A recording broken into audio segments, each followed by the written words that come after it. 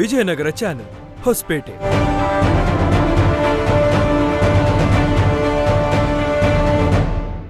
ವಾರ್ತೆಗಳ ಪ್ರಾಯೋಜಕರು RJ silver palace, prince gold palace, Vijayanagara hills, prop bulls, Hosapete.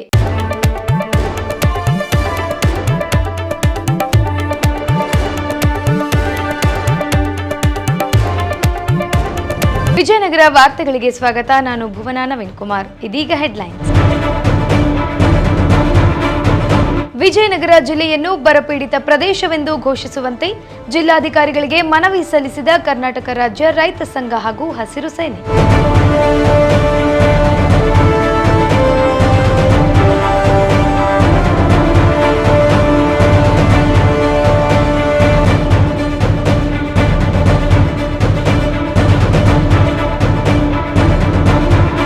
ನಾಗರಿಕ ಪೊಲೀಸ್ ಕಾನ್ಸ್ಟೇಬಲ್ ನೇಮಕಾತಿ ಲಿಖಿತ ಪರೀಕ್ಷೆಗೆ ವಿಜಯನಗರ ಜಿಲ್ಲಾಡಳಿತ ಹಾಗೂ ಪೊಲೀಸ್ ಇಲಾಖೆ ಸಕಲ ಸಿದ್ಧತೆ.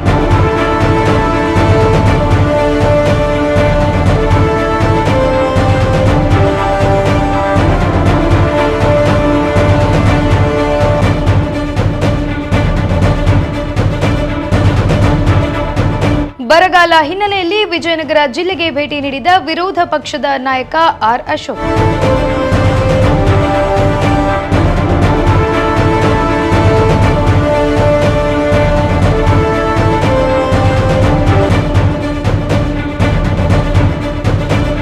ನಗರದ 19ನೇ ವಾರ್ಡ್ನಲ್ಲಿ ಸ್ವಚ್ಛತಾ ಕಾರ್ಯ ಕೈಗೊಂಡ ನಗರಸಭಾ ಸಿಬ್ಬಂದಿ.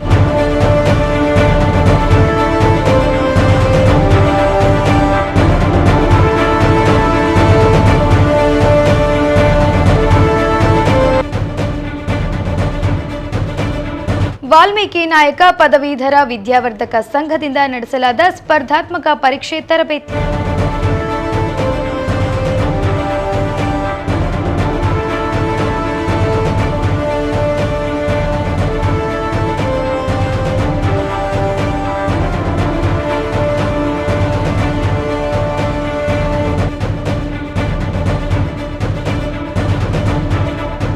ಈಗ ವಾರ್ತೆಗಳ ವಿವರ. ವಿಜಯನಗರ ಜಿಲ್ಲೆಯಲ್ಲಿರುವ 6 ತಾಲೂಕುಗಳಲ್ಲಿ ಮಳೆ ಅಭಾವದ ಕಾರಣ ಬರಪೀಡಿತ ತಾಲೂಕುಗಳೆಂದು ಮತ್ತು ರೈತರಿಗೆ ಬೆಳೆ ನಷ್ಟ ಪರಿಹಾರವನ್ನು 1 ಎಕರೆಗೆ 30,000 ರೂಪಾಯಿಗಳನ್ನು ಪಾವತಿಸಲು ಮತ್ತು ರೈತರ ಸಾಲ ಮನ್ನಾ ಮಾಡಬೇಕೆಂದು ಕರ್ನಾಟಕ ರಾಜ್ಯ ರೈತ ಸಂಘ ಹಾಗೂ ಹಸಿರು ಸೇನೆ ವತಿಯಿಂದ ಜಿಲ್ಲಾಧಿಕಾರಿಗಳಿಗೆ ಮನವಿ ಪತ್ರ ಸಲ್ಲಿಸಲಾಗಿದೆ. ವಿಜಯನಗರ ಜಿಲ್ಲೆಯಲ್ಲಿರುವ 6 ತಾಲೂಕುಗಳಲ್ಲಿ ಸರಿಯಾದ ಮಳೆ ಇಲ್ಲದೆ ರೈತರು ಭೂಮಿಗಳಿಗೆ ಹಾಕಿದ ಬೀಜ ಗೊಬ್ಬರಗಳು ತುಂಬಾ ಹಾಳಾಗಿ ಬೆಳೆ ಹುಟ್ಟದೆ ಇದ್ದುದರಿಂದ ರೈತರು ಕಂಗಾಲಾಗಿ ವಿಷ ಸೇವನೆ ಮಾಡುವ ಪರಿಸ್ಥಿತಿ ಎದುರಾಗಿದೆ. ಸರಿಯಾದ ಮಳೆ ಇಲ್ಲದ ಕಾರಣ ವಿಜಯನಗರ ಜಿಲ್ಲೆಯ 6 ತಾಲೂಕುಗಳನ್ನು ಬರಪೀಡಿತ ತಾಲೂಕುಗಳೆಂದು ಘೋಷಣೆ ಮಾಡಬೇಕು. ರೈತರಿಗೆ ಬೆಳೆ ನಷ್ಟ ಪರಿಹಾರವಾಗಿ 1 ಎಕರೆಗೆ 30,000 ರೂಪಾಯಿಗಳನ್ನು ಕೂಡಲೇ ಸರ್ಕಾರ ನೀಡಬೇಕು ಹಾಗೂ ರೈತರ ಸಾಲ ಮನ್ನಾ ಮಾಡಬೇಕೆಂದು ತಿಳಿಸಲಾಗಿದೆ. ಎಕರೆಗೆ 30,000 ಪರಿಹಾರವನ್ನು ಕೊಡಲೇಬೇಕು.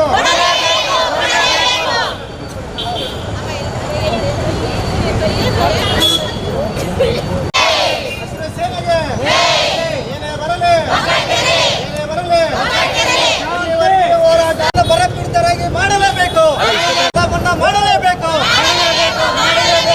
ನಮ್ಮ ವಿಜಯನಗರ ಜಿಲ್ಲಾ ರೈತರಿಗೆ 30,000 ರೂಪಾಯಿ 1 ಎಕರೆ ಕೊಡಲೇಬೇಕು. ರೈತ ಸಂಘಕ್ಕೆ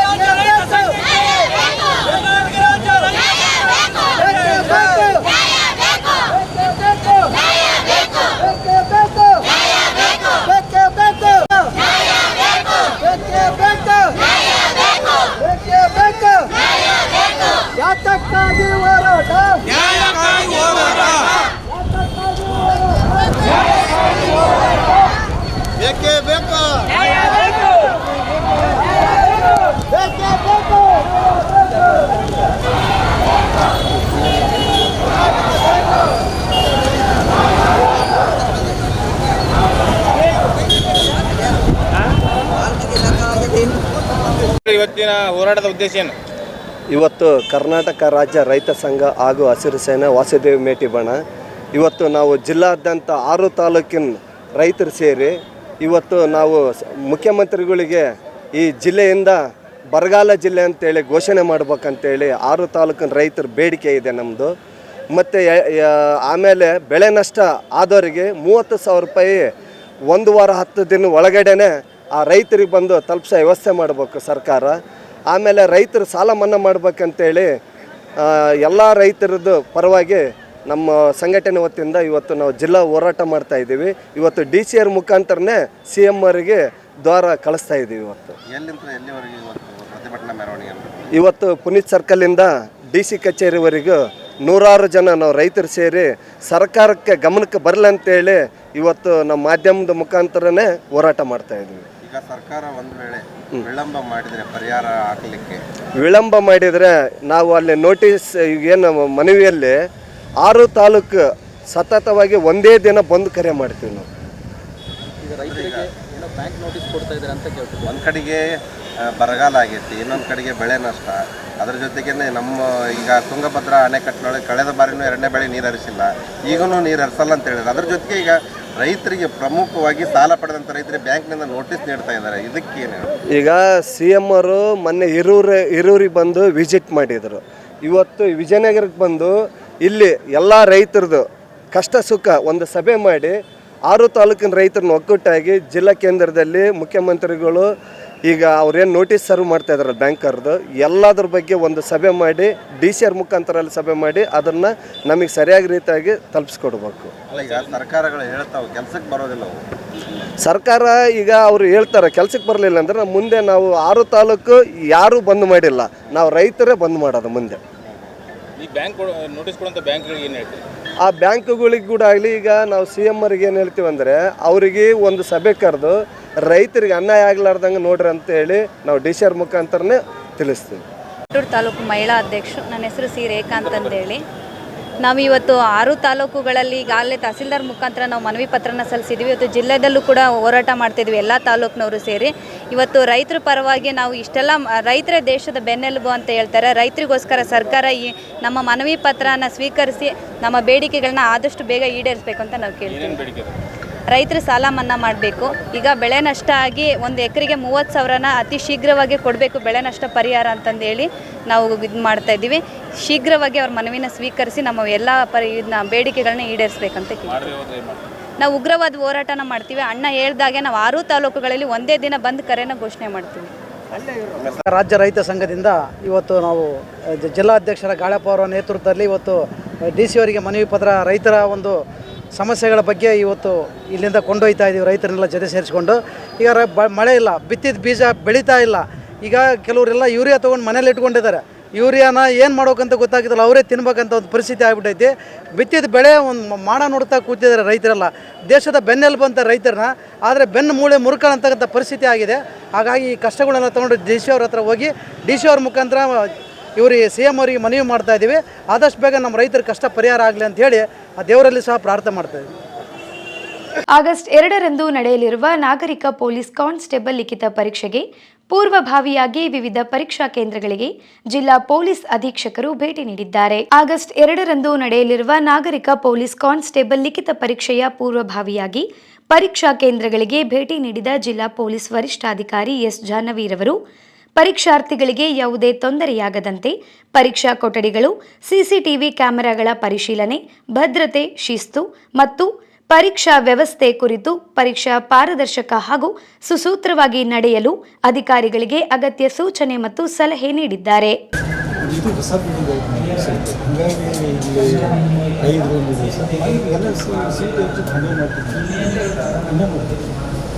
ಇದು ಸ್ವಲ್ಪ ಕಮ್ಯುನಿಕೇಟ್ ಆಗಿ ಫ್ರಿಸ್ಕಿಂಗು ಕಷ್ಟ ಆಗ್ತದೆ. 5 ನಿಮಿಷ ಕ್ಯಾನ್ ಬಿ ಎಲ್ಲಿದೆ 5 ರೂಮ್ ಇದು ಮೇಡಮ್ ಒಂದು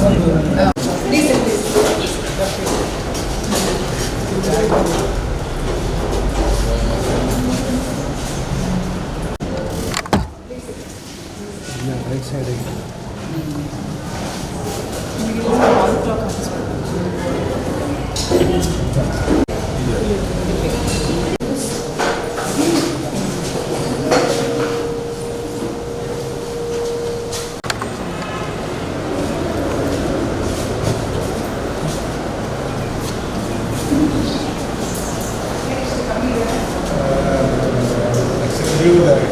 ಇನಿಷಿಯೇಟಿವ್ ಮಾಡ್ತಾ ಇದ್ದಾರೆ ಕಾಮರ್ಸ್ ಮಾಡೋದು.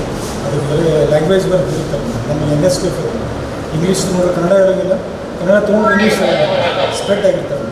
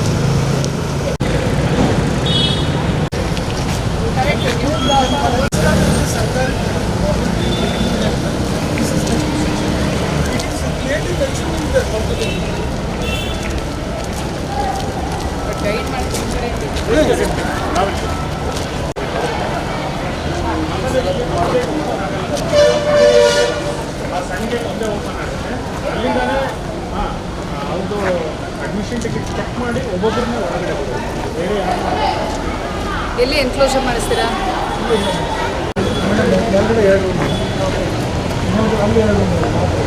ಕೆಳಗಡೆ ಆಲ್ರೆಡಿ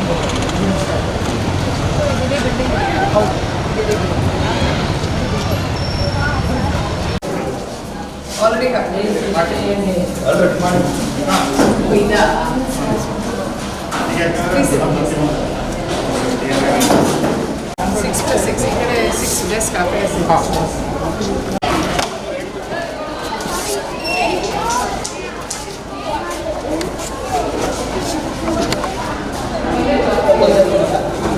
ಇದು actually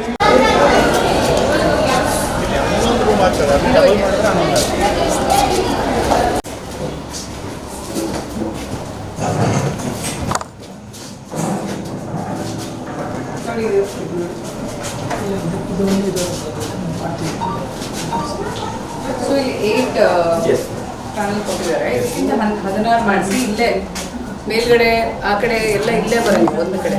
We need extra wire for that. We need extra wire such that we can take from there and connect here. For this one day at least they have to do. And then we don't have this kind of wire. ಅವ್ರು ತರ್ತಾರೆ CCTV ಅವರು. ಅವ್ರನ್ನ engage ಮಾಡ್ಕೊಳ್ಳಿ. ಈ ಥರ ಇದನ್ನ ಕೆಲಸ ಬರೋವ್ರನ್ನ ಒಟ್ಟಲ್ಲಿ ಒಬ್ಬ ಇಲ್ಲೇ ಇರಬೇಕು. Yes, he is an employee Jindal. ಅದು ಆರ್ಟಿಸ್ಟ್ ಪ್ಲೇಸ್ ಎಲ್ಲಿದೆ ನಮ್ಮ sabre.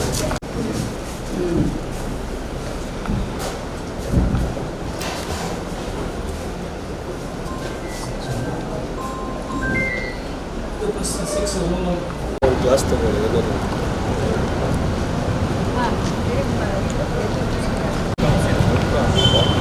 Gurkha, if they come, they should come 2 hours early ಅಂತ ಹಾಕಿದಾರಲ್ಲ.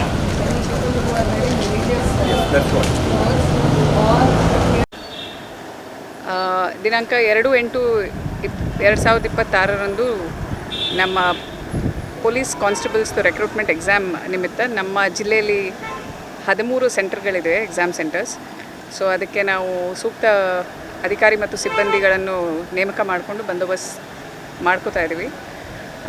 ಅದೇ ರೀತಿ ಪ್ರತಿಯೊಂದು ಸೆಂಟರಲ್ಲಿ ಏನೇನು ಫೆಸಿಲಿಟೀಸ್ CCTV ಆಗಲಿ ಮತ್ತು ಫ್ರಿಸ್ಕಿಂಗ್ ಪಾಯಿಂಟ್ಸ್ ಆಗಲಿ ಮತ್ತು ಮೆನ್ ಎಲ್ಲಿ ಡಿಪ್ಲಾಯ್ ಆಗಬೇಕು ಅನ್ನೋದ್ರ ಬಗ್ಗೆ ನಾವು ಪರಿಶೀಲನೆ ಮಾಡಿ ಅದರ ಪ್ರಕಾರ ಡಿಪ್ಲಾಯ್ಮೆಂಟ್ ಮಾಡ್ಕೋತೀವಿ. ಕ್ಯಾಂಡಿಡೇಟ್ಸ್ಗೆ ಈಗಾಗಲೇ ಇನ್ಸ್ಟ್ರಕ್ಷನ್ಸ್ ಹೋಗಿದೆ, ಯಾವುದು ಪ್ರೊಹಿಬಿಟೆಡ್ ಐಟಮ್ಸ್ ಇದೆ, ಎಕ್ಸಾಮ್ ಸೆಂಟರ್ ಒಳಗೆ ಯಾವ್ಯಾವ್ದು ತರಬಾರ್ದು, ಮತ್ತು ಅವ್ರದ್ದು ಬಿಲಾಂಗಿಂಗ್ಸ್ ಎಲ್ಲ ಅಲೌಡ್ ಇಲ್ಲ ಅನ್ನೋದೆಲ್ಲ ಈಗಾಗಲೇ ಅವ್ರಿಗೆ ಕಮ್ಯುನಿಕೇಟ್ ಆಗಿದೆ. ಅದ್ರ ಪ್ರಕಾರ ಅವರು ಪ್ರಿಪೇರ್ಡ್ ಆಗಿ ಬರಬೇಕು. ವಿಜಯನಗರ ಹಾಗೂ ಬಳ್ಳಾರಿ ಜಿಲ್ಲೆಗಳಲ್ಲಿ ಉಂಟಾಗಿರುವ ಬರ ಪರಿಸ್ಥಿತಿಯನ್ನು ಅಧ್ಯಯನ ನಡೆಸಲು ರಾಜ್ಯ ಬಿಜೆಪಿ ವಿರೋಧ ಪಕ್ಷದ ನಾಯಕ ಆರ್ ಅಶೋಕ್ ರವರ ತಂಡವು ಭೇಟಿ ನೀಡಿ ಪರಿಶೀಲಿಸಿದ್ದಾರೆ. ವಿರೋಧ ಪಕ್ಷದ ನಾಯಕ ಆರ್ ಅಶೋಕ್ ರವರ ನೇತೃತ್ವದ ತಂಡ ವಿಜಯನಗರ ಜಿಲ್ಲೆಯ ಭುವನಹಳ್ಳಿ, ಧರ್ಮಸಾಗರ ಹಾಗೂ ಪಾಪಿನಾಯಕನಹಳ್ಳಿ ಗ್ರಾಮಗಳಿಗೆ ಭೇಟಿ ನೀಡಿ ರೈತರೊಂದಿಗೆ ಮಾತುಕತೆ ನಡೆಸಿ ಬೆಳೆ ಹಾನಿ ಹಾಗೂ ನೀರಿನ ಕೊರತೆಯ ಸ್ಥಿತಿಯನ್ನು ಪರಿಶೀಲಿಸಿದ್ದಾರೆ. ಬರದಿಂದ ರೈತರು ಎದುರಿಸುತ್ತಿರುವ ಸಮಸ್ಯೆಗಳ ಕುರಿತು ಅಧಿಕಾರಿಗಳಿಂದ ಮಾಹಿತಿ ಪಡೆದು ಸರ್ಕಾರದಿಂದ ತುರ್ತು ಪರಿಹಾರ ಕ್ರಮಗಳನ್ನು ಕೈಗೊಳ್ಳುವಂತೆ ಒತ್ತಾಯಿಸಿದ್ದಾರೆ.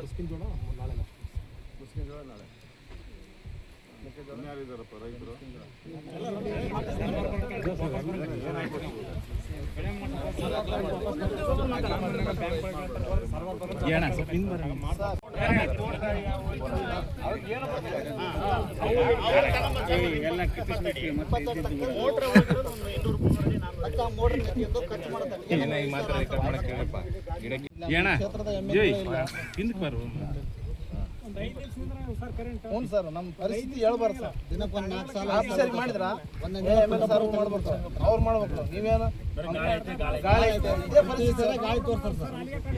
ಏನೋ ಅಲ್ಪ ಸ್ವಲ್ಪ ರೊಕ್ಕ ಕೊಟ್ಟು ಬೋರ್ಗಳು ಹಾಕ್ಸಿದ್ವಿ ಸರ್, ಅದನ್ನು ಹೋಗಿ ಸರ್ ಅಪ್ಪಟ ಅವರು ರೆಸ್ಪಾನ್ಸ್ ಮಾಡ್ತೀವಿ. ಕೆ ಬಿ ಹೋಗಿ ಸರ್, ಈ ಕಡೆ ಎಲ್ಲ ಕಿರಿಕೆ ಆ ಕಡೆ ಎಲ್ಲ ಗುಡ್ ಕಡೆಗೆ ಎಷ್ಟು ದಿನ ತಗೊಳ್ತಾರೆ ಸರ್. ನಾವು ಹೋದ್ರೆ 23 ಸಾವಿರ ಕೊಡೋದಕ್ಕೆ ಕೊಡೋದೇ ಇಲ್ಲ, ಭಾಳ ಕಷ್ಟ ಆಗ್ಬಿಡುತ್ತೆ. ಹ್ಞೂ ಸರ್, ಜೈ ಕೊಡ್ಬೇಕು, AWಗೆ ಕೊಡ್ಬೇಕು, ಇಮಿಡಿಯೇಟ್ಲಿ ತಿಂಗಳಿಗೆ ನಮಗೆ ನೀರು ಇರೋದು ಸರ್. ಒಣಕ ತಂಬೋದು ಎಸ್ಟಿಮೇಷನ್ ಮಾಡಕ್ಕೆ ಹೋಗ್ಬೇಕು ಸರ್. ಆಮೇಲೆ ವರ್ಕ್ ಆರ್ಡರ್ ಟ್ರಾನ್ಸ್ಫರ್ ಮಾಡಕ್ಕೋ ರಿಪೇರಿ ಮಾಡಕ್ಕೆ ಇಲ್ಲ ಸರ್. ಅಲ್ಲ ಸರ್, ನಮ್ದು ಹಳೆ ಸುಟ್ಟಿರ್ತಾರೆ ಸರ್, ರಿಪ್ಲೇಸ್ ಮಾಡಕ್ಕೆ ಸರ್ 23 ಸಾವಿರ ಇಲ್ದಾಗ ಇಲ್ಲ ಸರ್. ನಾವೆಲ್ಲ ಅಧಿಕಾರಿಗಳಿಗೆ ಮಾಡ್ಕೊಂತ ಬರೋಕೆ ನಾವು 48 ತಾಸಲ್ಲಿ ಫ್ರೀಯಾಗಿ ಕೊಡಬೇಕಂತಿದೆ ಸರ್. ಸರ್ಕಾರನ ರಿಪೇರಿ ದುಡ್ಡು ಬರೆಸ್ತಾ ಇದೆ, ಅದು ಕೂಡ ಅಡಿಷನಲ್ ಆಗಿ 23 ಸಾವಿರ ಕೊಡಬೇಕು. ಹೋದ ಸರ್ 25 ಸಾವಿರ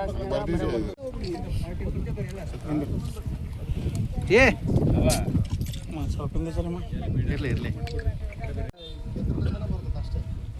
ದುಡ್ಡೇ ಬರ್ತಾ ಇಲ್ಲ. ಬೀಜಕ್ಕೆ ಬಾಧಕ ಆಗ್ತದೆ ಸರ್. ಅವಾಗ ರದ್ದು ಮಾಡಿಬಿಟ್ರೆ ಸ್ವಲ್ಪ ಕೈ ಮಾಡ ಇದೆಲ್ಲ ವರದಿ ಇದು ಮಾಡಿದ್ದೀರಾ ನಮ್ಮ ತಹಸೀಲ್ದಾರ್ ಏನು ಮಾಡಿದ್ಯಮ್ಮ? ಇನ್ನೂ ಬರಪೀಡಿತ ಪ್ರದೇಶ ಅಂತ ಡಿಕ್ಲೇರ್ ಆಗಿಲ್ಲ ಸರ್, ಬಟ್ ಆದರೂ ನಾವು ಗ್ರೌಂಡ್ ಎಲ್ಲ ಪ್ರಿಪೇರ್ ಮಾಡ್ಕೊಂಡಿದ್ದೀವಿ. ಅಣ್ಣ ಹಿಂದೆ ಬನ್ನಿ ಸ್ವಲ್ಪ.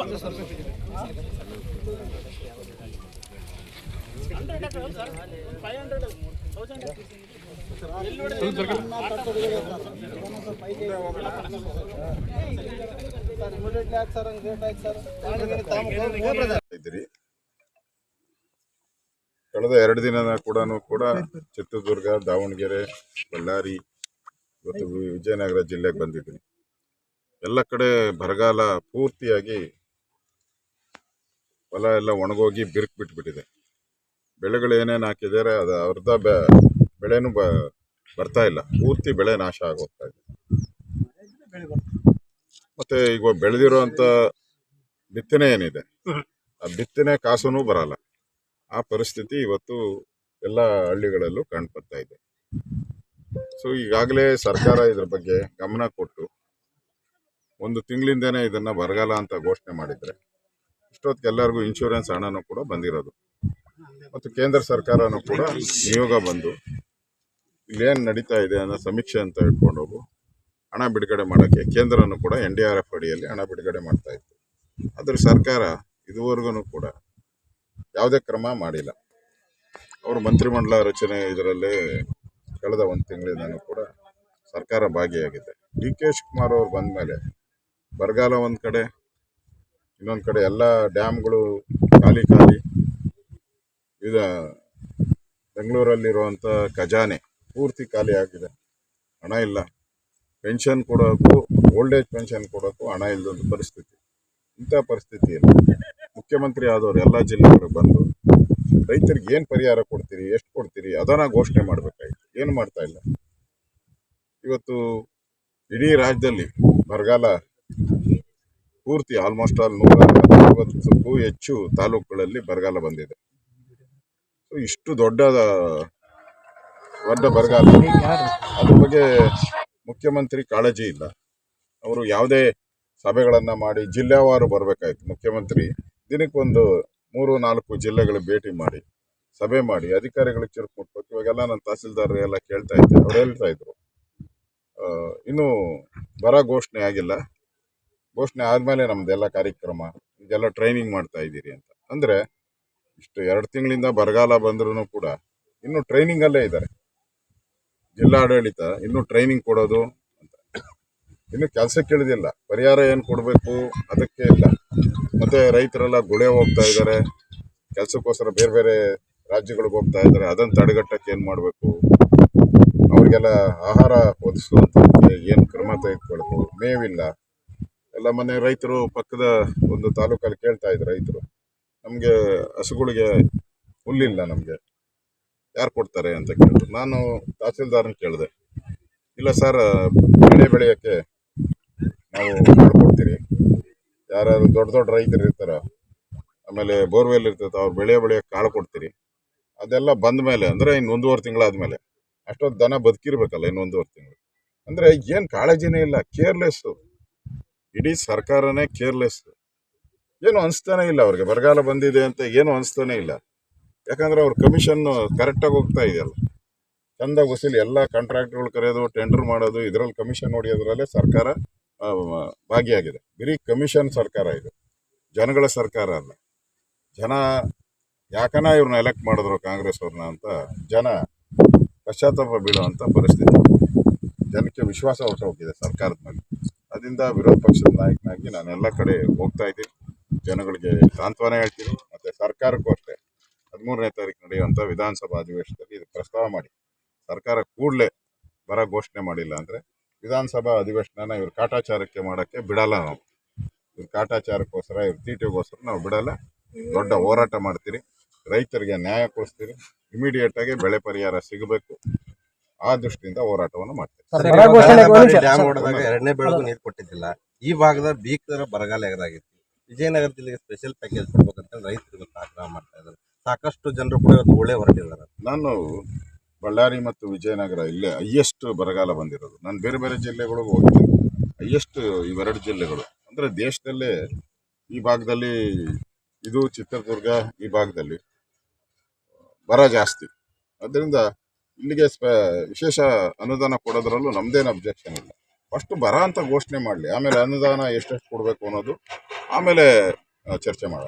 ಜಿಲ್ಲೆಯಲ್ಲಿ ಶೇಕಡ 64% ಮಳೆ ಕೊರತೆ ಇದೆ ಅನ್ನೋದು ಇಲಾಖೆ ಮಾಹಿತಿ.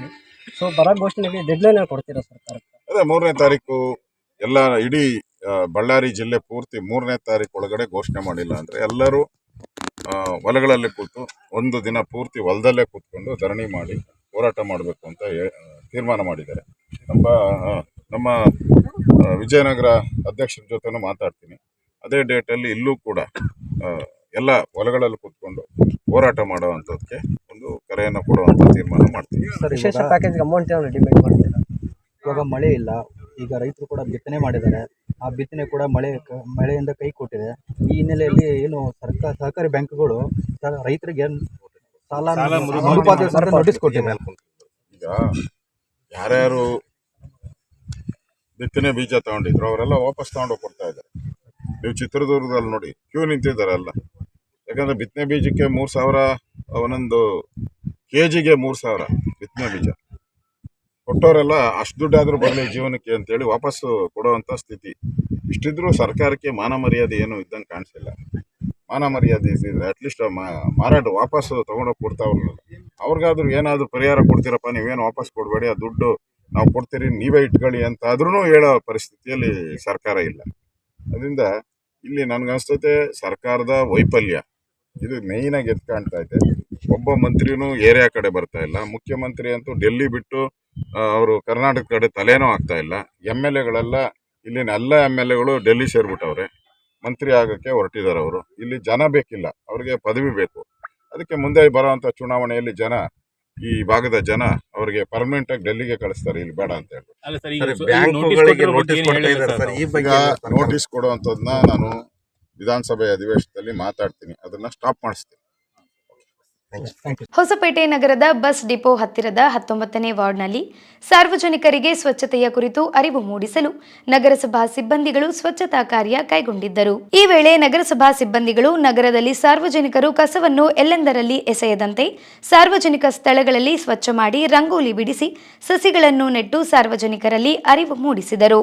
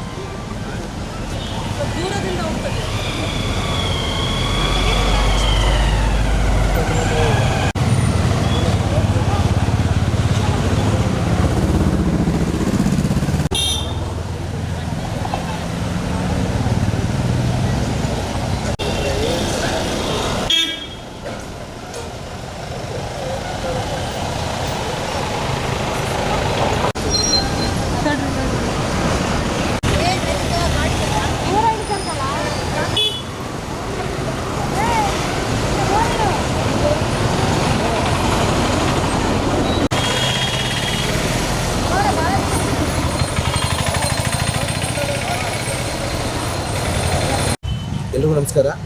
ಹೊಸಪೇಟೆ ನಗರಸಭೆ ವ್ಯಾಪ್ತಿಯಲ್ಲಿ ನಮ್ಮ ಬರ್ತಕ್ಕಂಥ ಎಲ್ಲ ವಾರ್ಡ್ಗಳಲ್ಲಿ ಈಗ ಎಲ್ಲಿ ಕಸಗಳನ್ನು ಬಿಸಾಡ್ತಾರಂಥ ಬ್ಲ್ಯಾಕ್ ಸ್ಪಾಟ್ಗಳನ್ನು ಗುರುತಿಸಿ ಅವುಗಳನ್ನು ಸುಂದರೀಕರಣಗೊಳಿಸಿ ಜನರಲ್ಲಿ ಕಸ ಎಸಬಾರ್ದು ಅಂತ ಈ ಮೂಲಕ ಅರಿವು ಮೂಡಿಸ್ತಾ ಇದ್ದಾರೆ. ನಮ್ಮ ಕಮ್ಯುನಿಟಿ ಮೊಬಿಲೈಸರ್ಸು ಮತ್ತು ನಮ್ಮ ಹೆಲ್ತ್ ಸೆಕ್ಷನ್ನಿಂದ ಈ ಥರ ಅರಿವು ಮಾಡುವಂಥ ಕಾರ್ಯಕ್ರಮ ಮಾಡಿದ್ದೀವಿ.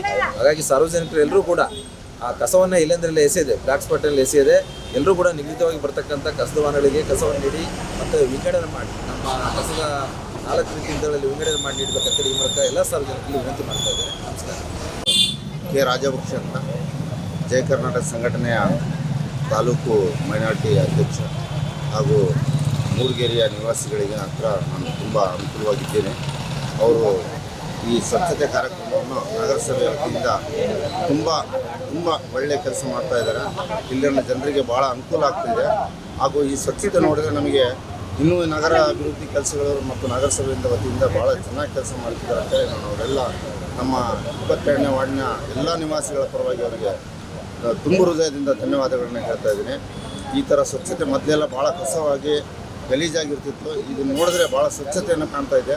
ಹಾಗಾಗಿ ನಾನು ನಗರಸಭೆಯ ಪೌರಾಯುಕ್ತರಿಗೂ ಮತ್ತು ನಗರಸಭೆಯ ಇಂಜಿನಿಯರ್ ಅವರಿಗೂ ನಾನು ನನ್ನ 21ನೇ ವಾರ್ಡಿನ ಮೂರ್ಗುರಿಯ ನಿವಾಸಿಗಳಿಂದ ಎಲ್ಲರ ಪರವಾಗಿ ಅವರು ಧನ್ಯವಾದಗಳನ್ನು ಅರ್ಪಿಸುತ್ತೇನೆ. ಹೊಸಪೇಟೆ ನಗರದ ಸಹಕಾರ ಬ್ಯಾಂಕ್ ಯೂನಿಯನ್ ಸಭಾಂಗಣದಲ್ಲಿ ವಾಲ್ಮೀಕಿ ಸಮುದಾಯದ ವಿದ್ಯಾರ್ಥಿಗಳಿಗೆ ಸ್ಪರ್ಧಾತ್ಮಕ ಪರೀಕ್ಷೆಗಳ ತರಬೇತಿ ಕೇಂದ್ರವನ್ನು ಉದ್ಘಾಟಿಸಲಾಯಿತು. ಈ ವೇಳೆ ವೇದಿಕೆ ಮೇಲಿನ ಗಣ್ಯರು ದೀಪ ಬೆಳಗಿಸುವ ಮೂಲಕ ಕಾರ್ಯಕ್ರಮಕ್ಕೆ ಚಾಲನೆ ನೀಡಲಾಯಿತು. ಈ ಉದ್ಘಾಟನೆಯಲ್ಲಿ ಕಡಲುಬಾಳು ಮರಿಶಾಂತವೀರ ಮಹಾಸ್ವಾಮಿಗಳು ಸೇರಿದಂತೆ ಅಧಿಕಾರಿಗಳು ಭಾಗಿಯಾಗಿದ್ದರು. ಹಾಗೂ ಸಂಕಲ್ಪ ಅಕಾಡೆಮಿಯ ಸ್ಪರ್ಧಾತ್ಮಕ ತರಬೇತಿ ಕೇಂದ್ರದ ಪೋಸ್ಟರ್ ಬಿಡುಗಡೆ ಮಾಡಲಾಯಿತು. ಅದು ಸಾಧನೆಯ ಅಕಾಡೆಮಿಯು ವಿದ್ಯಾರ್ಥಿಗಳ ಭವಿಷ್ಯಕ್ಕೆ ಭದ್ರ ಬುನಾದಿ ಹಾಕುತ್ತದೆ ಎಂಬ ಭರವಸೆಯೊಂದಿಗೆ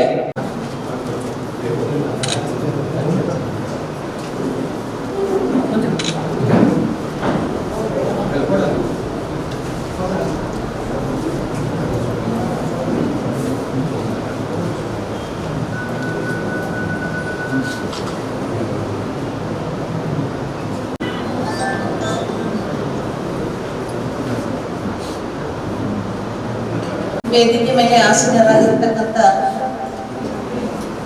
ಪರಮ ಆಶೀರ್ವಚನ ನಿಮ್ಮೊಂದಿಗೆ ಉದ್ಘಾಟನೆಗೊಂಡಿರುವ ಸಂಕಲ್ಪ ಅಕಾಡೆಮಿಯ ಲಾಂಛನ ಲೋಗೋ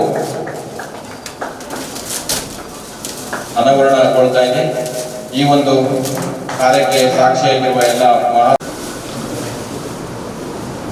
ಇದು ಸಂಕಲ್ಪ ಅಕಾಡೆಮಿಯ ಸ್ಪರ್ಧಾತ್ಮಕ ಪರೀಕ್ಷೆಗಳ ತರಬೇತಿ ಕಾರ್ಯಕ್ರಮದ ಲಾಂಛನ ಮಾಡಿರೋದು ಒಂದು ಸಂತೋಷದ ವಿಷಯ. ನೀವೆಲ್ಲರೂ ಇದನ್ನು ಸದುಪಯೋಗ ಪಡಿಸಿಕೊಳ್ಳಬೇಕು. ಯಾಕಂದ್ರೆ ಶಿಕ್ಷಣ ಒಂದು ಗರ್ಜಿಸಲೇಬೇಕು. ನಾವು ಶಿಕ್ಷಣದಿಂದ ಮಾತ್ರ ಇವತ್ತು ನಾವೆಲ್ಲ ಮುಂದೆ ಬರ್ಲಿಕ್ಕೆ ಸಾಧ್ಯ ಆಗುತ್ತೆ. ಈಗ ಎಲ್ಲರೂ ಹಳ್ಳಿ ಪ್ರದೇಶ ಆಗಲಿ ಸಿಟಿಯಲ್ಲಿ ಆಗಲಿ ಇದು ಮೊದಲನೇದಂತ ನಾನು ಅನಿಸ್ತಾ ಇದ್ದೀವಿ ಹೊಸಪೇಟೆಯಲ್ಲಿ. ಇದಕ್ಕಾಗಿ ಜಾಸ್ತಿ ನಾವು ಕೋಚಿಂಗ್ ಸೆಂಟರ್ಗಳಲ್ಲಿ ಬಹಳಷ್ಟು ದುಡ್ಡುಗಳನ್ನು ಖರ್ಚು ಮಾಡೋದಕ್ಕಾಗುತ್ತದೆ. ಇಲ್ಲಿ ಇರ್ತಕ್ಕಂಥ ಪದವೀಧರ ಸಂಘದ ಎಲ್ಲ ಸದಸ್ಯರಿಗೂ ಹಾಗೂ ಎಲ್ಲರಿಗೂ ನನ್ನ ಒಂದು ಹೃತ್ಪೂರ್ವಕ ಅಭಿನಂದನೆಗಳು. ಒಂದು ಒಳ್ಳೆಯ ಒಂದು ಕೆಲಸದ ಭಾಗವಾಗಿ ಕರೆದಕ್ಕೆ ಎಲ್ಲರಿಗೂ ಧನ್ಯವಾದಗಳನ್ನು ಹೇಳ್ತಾರೆ. ಪದವೀಧರ ವಿದ್ಯಾವರ್ಧಕ ಸಂಘ ಹೊಸಪೇಟೆ ಇವರ ಸಂಯುಕ್ತಾಶ್ರಯದಲ್ಲಿ ಈ ಸಂಕಲ್ಪ ಅಕಾಡೆಮಿಕ್ ಸ್ಪರ್ಧಾತ್ಮಕ ಪರೀಕ್ಷೆಗಳ ತರಬೇತಿ ಕೇಂದ್ರ ಉದ್ಘಾಟನೆ ಮಾಡುತ್ತಿರುವುದು ನಮಗೆಲ್ಲ ಸಂತೋಷದ ವಿಷಯ. ಯಾಕಂದರೆ ಇದರಲ್ಲಿ ಉಚಿತವಾಗಿ ಈ ಒಂದು ಸಮಾಜದ ಬಂಧುಗಳು ಸಾಮಾಜಿಕ ಸೇವೆಯಲ್ಲಿ ತೊಡಗಿರುವುದೆಲ್ಲ ಒಂದು ಸಂತೋಷದ ವಿಷಯ. ಈ ಒಂದು ತರಬೇತಿಯ ಸಂಕಲ್ಪ ಅಕಾಡೆಮಿಯ ಒಂದು ಸದುಪಯೋಗವನ್ನು ಎಲ್ಲರೂ ಪಡೆದುಕೊಳ್ಳಬೇಕು. ಆಮೇಲೆ ನೀವು ಏನು ಬೇರೆ ಬೇರೆ ಕಾಲೇಜುಗಳಿಂದ ಬೇರೆ ಬೇರೆ ಕಡೆಯಿಂದ ನೀವೆಲ್ಲ ಆಗಮಿಸಿದ್ರಿ. ಇನ್ನೂ ಹೆಚ್ಚಿನ ಸಂಖ್ಯೆಯಲ್ಲಿ ನಿಮ್ಮ ಮಿತ್ರರಿಗೆಲ್ಲ ತಿಳಿಸಿ ಇದರ ಬಗ್ಗೆ ಸದುಪಯೋಗವನ್ನು ಪಡಿಸಿಕೊಳ್ಬೇಕೆಂದು ಕೇಳ್ಕೊಳ್ತಾ ಇದ್ದೇನೆ. ವಾಲ್ಮೀಕಿ ನಾಯಕ ಪದವೀಧರರ ವಿದ್ಯಾವರ್ಧಕ ಸಹಕಾರ ಸಂಘ ಒಂದು ಅತ್ಯುತ್ತಮವಾದ ಒಂದು ಕಾರ್ಯವನ್ನು ಮಾಡಿದೆ ಅಂತಂದರೆ ತಪ್ಪಾಗಲ್ಲ. ಯಾಕಂದರೆ ಇಂದಿನ ದಿನ ಗುರುಪೂರ್ಣಿಮೆ ದಿನ, ಒಳ್ಳೆಯ ದಿನದಂದು ಸಂಕಲ್ಪ ಅಕಾಡೆಮಿ ಒಂದು ಸ್ಥಾಪನೆ ಮಾಡಿದ್ದು ಭಾಳ ನಮಗೆ ಸಂತೋಷ ಅನಿಸಿದೆ. ಯಾಕಂದರೆ ದಿನ ಸ್ಪರ್ಧಾತ್ಮಕ ದಿನದಿಂದ ಬೇರೆ ಬೇರೆ ಅಕಾಡೆಮಿಗೆ ಹೋಗಿ ನೀವು ಅಲ್ಲಿ ದುಡ್ಡು ಖರ್ಚು ಮಾಡಿ ಒಂದು ಇಂಥ ಕ್ಲಾಸ್ಗಳನ್ನು ಕೂಡ ನೀವು ನೋಡೋಕ್ಕಾಗಲ್ಲ. ಇಂಥ ಕ್ಲಾಸ್ಗಳನ್ನ ಇವರು ಮಾಡಿದ್ದಾರೆ ವಾಲ್ಮೀಕಿ ಸಮಾಜದವರು. ಇದನ್ನ ಬಾಡಿಗೆ ಕೊಡು ಅಂತ ಹೇಳ್ಬಿಟ್ಟು ನಮ್ಮ ಗೋಸುಲ್ ಬಸವರಾಜ್ ಸರ್ ಅವರು ಒಂದು ಸಂದರ್ಭದಲ್ಲಿ ಹೇಳಿದರು. ನಮ್ಮ ಬೋರ್ಡ್ ಮೀಟಿಂಗ್ ಮಾಡೋ ಸಂದರ್ಭದಲ್ಲಿ ಅವರು ನಮಗೆ ನಿರ್ದೇಶ ಇಲ್ಲ ಸರ್, ನಾವೊಂದು ಅಕಾಡೆಮಿ ಮಾಡಬೇಕಂತ ಸಂಕಲ್ಪ ಅಕಾಡೆಮಿ ಎಲ್ಲ ವರ್ಗದ ಜನಕ್ಕೆ ನಾವು ಸ್ಪರ್ಧಾತ್ಮಕ ಸಂಬಂಧಪಟ್ಟಂತೆ ನಾವು ಕೋಚಿಂಗ್ ಮಾಡುವ ಸೆಂಟರ್ ಮಾಡಬೇಕಂತ ಮಾಡಿದ್ದೀವಿ ಅಂದಾಗ ನಮ್ಮ ಅಧ್ಯಕ್ಷರು ಹಾಗೂ ನಮ್ಮ ಉಪಾಧ್ಯಕ್ಷರು ಪಂಡೇಂದ್ರ ಸರ್ ಕೂಡ ಇಲ್ಲಿದ್ದಾರೆ. ಅದಕ್ಕೆ ತುಂಬ ಹೃದಯದಿಂದ ಒಪ್ಕೊಂಡ್ರೆ, ಯಾಕಂದರೆ ಒಳ್ಳೆ ಕಾರ್ಯ ಮಾಡ್ತಿದ್ರಿ, ನೀವು ಎಷ್ಟಾದರೂ ಬಾಡಿಗೆ ಕೊಡಿ ಅಂತ ಹೇಳಿದಾಗ ಒಂದು 5,000 ರೂಪಾಯಿ ಕೊಟ್ಟರೆ ಸಾಕು ಅಂತ ಹೇಳ್ಬಿಟ್ಟು ಅವ್ರು ಹೇಳಿದ್ರು. ಪಂಡೇಂದ್ರ ಇಷ್ಟೇ ಕೊಟ್ಟರೆ ಸಾಕು ಅಂತ. ಅಷ್ಟೇ ನೀವು ಒಳ್ಳೆ ಕಾರ್ಯ ಮಾಡ್ತೀರಿ ಸಮಾಜಕ್ಕಾಗಿ, ಹಂಗಾಗಿ ನೀವು ನಾವು ಯಾವಾಗಲೂ ಬೆಂಬಲ ಇರ್ತೀವಿ ಅಂತ ಹೇಳ್ಬಿಟ್ಟು ಎಲ್ಲ ನಿರ್ದೇಶಕರು ಹೇಳಿಬಿಟ್ಟು ಕೊಡಿಸಿದ್ರು. ಈ ಒಂದು ಒಳ್ಳೆ ಕಾರ್ಯ ನೋಡಿದಾಗ ಗೊತ್ತಾಯ್ತು. ಅವರು ಬೇರೆ ಬೇರೆ ಅಕಾಡೆಮಿ ಅದಾವೆ, ಲಕ್ಷಗಟ್ಟಲೆ ಇದು ಮಾಡ್ತಾರೆ. ಒಂದು ಕೋಚಿಂಗ್ ಸೆಂಟರ್ಗೆ ಇದು ಮಾಡಬೇಕಾದ್ರೆ ನೀವು ಒಬ್ಬ ವಿದ್ಯಾರ್ಥಿ ನನ್ನ ಮಗನ್ನೇ ನಾನು ಸೇರಿಸಿದ್ದೀನಿ ಕೋಚಿಂಗ್ ಸೆಂಟರ್, 50,000 ರೂಪಾಯಿ ತೊಗೊತಾರೆ. ಹಿಂಗಿದ್ದಾಗ ನೀವು ಉಚಿತವಾಗಿ ಕೊಡುತ್ತಂದರೆ ನಿಮ್ಮಂಥ ಪುಣ್ಯ ಕೆಲಸ ಯಾರು ಮಾಡ್ತಿದ್ದಾರೆ ಹೇಳಿ. ಹಂಗಾಗಿ ಈ ಹೊಸಪೇಟೆಯಲ್ಲಿ ಇದೇ ಮೊದಲ ಬಾರಿಗೆ ಉಚಿತವಾಗಿ ಕೋಚಿಂಗ್ ಸೆಂಟರ್, ಇದರ ಉಪಯೋಗವನ್ನು ಯಾರು ಕೊಡಬೇಕಂದ್ರೆ ವಿದ್ಯಾರ್ಥಿಗಳು ಪಡೆದುಕೊಳ್ಬೇಕು. ಮೊದಲು ಒಂದು ಹೇಳ್ಬೇಕಂತಂದ್ರೆ ನಮ್ಮ ಎಜುಕೇಷನ್ ಟೈಮ್ನದ್ದು ಉದಾಹರಣೆಗಳನ್ನ ಹೇಳಲಿಕ್ಕೆ ನಾನು ಇಷ್ಟಪಡ್ತೀನಿ. ಅವಾಗ ಯಾವುದೋ ಒಂದು 5ನೇ ಕ್ಲಾಸ್ವರೆಗೂ ಟ್ಯೂಷನ್ ಏನೋ ಮಾಡ್ತಾಯಿದ್ರು. ಅದು ಯಾರೋ ಒಬ್ಬರು ಅಲ್ಲಿ ಒಂದು SSLC PUC ಕಲ್ತಂಥ ಯಾರಾದರೂ ಎಜುಕೇಟೆಡ್ಸ್ ಇದ್ದರೆ ಅವರು ಟ್ಯೂಷನ್ ಏನೋ ಹೇಳ್ತಿದ್ರು. ಅದು ಮ್ಯಾಥ್ಸು, ಸೈನ್ಸು, ಇಂಗ್ಲೀಷು. ಇತ್ತೀಚಿನ ಕಾಲದಲ್ಲಿ ಅದು ಪ್ರಪ್ರಥಮವಾಗಿ ದೊಡ್ಡ ದೊಡ್ಡ ಸಿಟಿಗಳಲ್ಲಿ, ಧಾರವಾಡ, ಬೆಂಗಳೂರು, ಮೈಸೂರುಗಳಲ್ಲಿ ಈ ಅಕಾಡೆಮಿಗಳು, ಕೋಚಿಂಗ್ ಸೆಂಟರ್ಗಳು ಸ್ಟಾರ್ಟ್ ಆಗಿ ಈಗ ಪ್ರತಿಯೊಂದು ಹೋಬಳಿ ಮಟ್ಟದಲ್ಲಿ ಕೂಡ ಕೋಚಿಂಗ್ ಸೆಂಟರ್ಗಳು ಪ್ರಾರಂಭ ಆಗಿ ಕೊಡಿ ಈಗ ಎಲ್ಲಿಗೆ ಬಂದಿದೆ ಅಂತಂದ್ರೆ ನವೋದಯ ಕೂಡ ಕನಿಷ್ಠ ಅಂದ್ರೂ ಹೋಬಳಿಗೊಂದು ಕೋಚಿಂಗ್ ಸೆಂಟರ್ಗಳು ಪ್ರಾರಂಭ ಆಗಿದೆ. ಈ ಟೈಪ್ ಪ್ರಾರಂಭ ಆಗಲಿಕ್ಕೆ ಕಾರಣ ಏನು ಅಂತಂದರೆ ವಿದ್ಯಾರ್ಥಿಗಳಲ್ಲಿ ಇರ್ತಕ್ಕಂಥ ಏನು ಐಕ್ಯೂ ಅಂತಾರಲ್ಲ, ಅದು ಡೆವಲಪ್ ಆಗಕ್ಕೆ ಹೋದಂಗೆಲ್ಲ ಸ್ಪರ್ಧಾತ್ಮಕ ಪರಿಸ್ಥಿತಿ ನಿರ್ಮಾಣ ಆಗಿದೆ.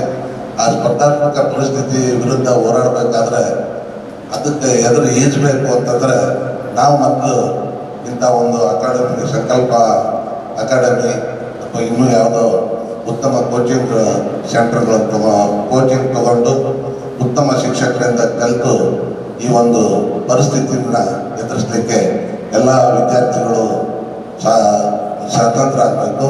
ಮತ್ತು ಈ ಒಂದು ನಿಟ್ಟಿನಲ್ಲಿ ಸಂಕಲ್ಪ ಅಕಾಡೆಮಿ ಕೂಡ ಪ್ರಯತ್ನ ಮಾಡ್ತಕ್ಕಂತಂದೇಳಿ ಹೇಳ್ತಾ ಇಲ್ಲಿಗೆ ವಾರ್ತಾ ಪ್ರಸಾರ ಮುಕ್ತಾಯವಾಯಿತು. ಮತ್ತೆ ಮುಂದಿನ ವಾರ್ತಾ ಪ್ರಸಾರದಲ್ಲಿ ಭೇಟಿಯಾಗೋಣ. ನಿರಂತರ ಅಪ್ಡೇಟ್ಸ್ಗಾಗಿ Vijayanagara channel Hosapete YouTube channel ಅನ್ನು ಸಬ್ಸ್ಕ್ರೈಬ್ ಮಾಡಿ.